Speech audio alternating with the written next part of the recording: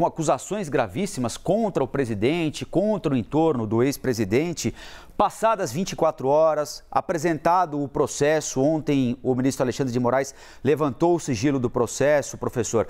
Apresentadas as argumentações da defesa do ex-presidente Jair Bolsonaro, qual é a avaliação que o senhor faz agora com a temperatura um pouco mais fria? Professor, bom dia. Bom dia, Colombo, e bom dia a todas e todos que nos acompanham. A defesa faz o seu papel. Tem de defender, evidentemente, seu cliente, usando de tudo que a legislação permite. Porém, as indicações, até o momento, deixam o ex-presidente da República numa situação cada vez mais difícil, né? O Pedro acabou de informar, inclusive, que as duas inclusões no seu cartão de vacinação do então presidente Jair Bolsonaro, realizadas nos meses de agosto e outubro, tiveram origem no próprio Palácio do Planalto. Ou seja, no próprio Palácio do Planalto. Lá seria o locus onde teria sido cometido esse ilícito. Vale destacar, e aqui está rolado alguns dos possíveis, porque todos têm, ninguém é condenado antes do devido processo legal, né?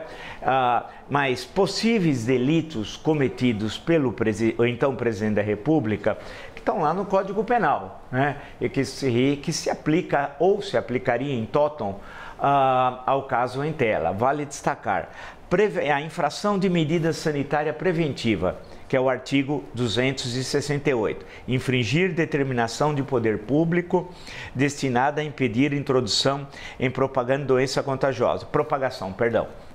Pena, detenção de 1 mês a 1 ano e multa. Associação criminosa é essa expressão usada na legislação legal, tá?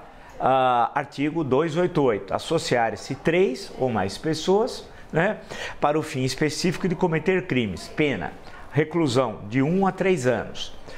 Falsidade ideológica, artigo 299, omitir em documento público ou particular declaração que dele devia constar ou nele inserir ou fazer inserir, veja como é complicado, declaração falsa ou diversa de que devia ser escrita com o fim de prejudicar direito, criar obrigação ou alterar a verdade sobre um fato juridicamente relevante. Pena, reclusão de 1 a 5 anos e multa.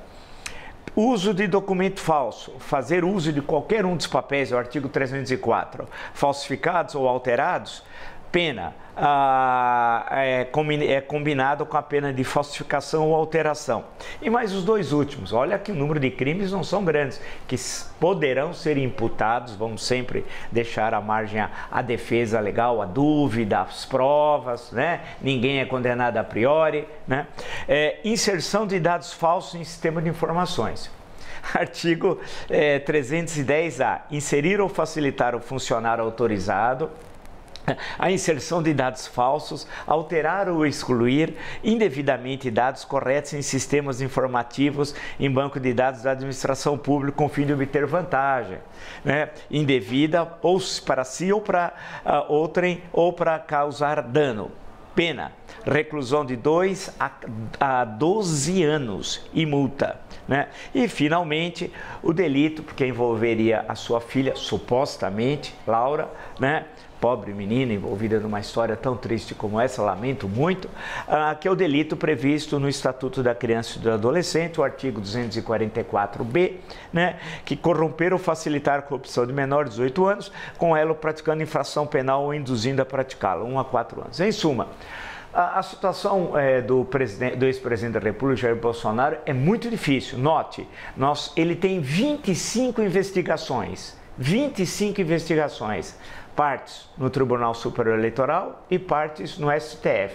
E agora, com tudo o que sabemos, desde ontem de manhã, com a excelente cobertura da CNN e com a revelação dos despachos, especialmente do ministro Alexandre de Moraes, e o que ele disse, o ministro Alexandre de Moraes, sobre a participação direta, de acordo com o ministro Alexandre de Moraes, do então presidente da República, Jair Bolsonaro, a situação jurídica dele a cada dia fica mais complicada. Portanto, a questão da inelegibilidade parece líquida e certa, ainda nesse ano. A questão para ele se coloca agora na esfera penal e criminal, ou seja, a possibilidade de até, num devido processo legal, no trânsito em julgado, até ser lá no final, como o ex-presidente da República já foi, o atual, ser preso.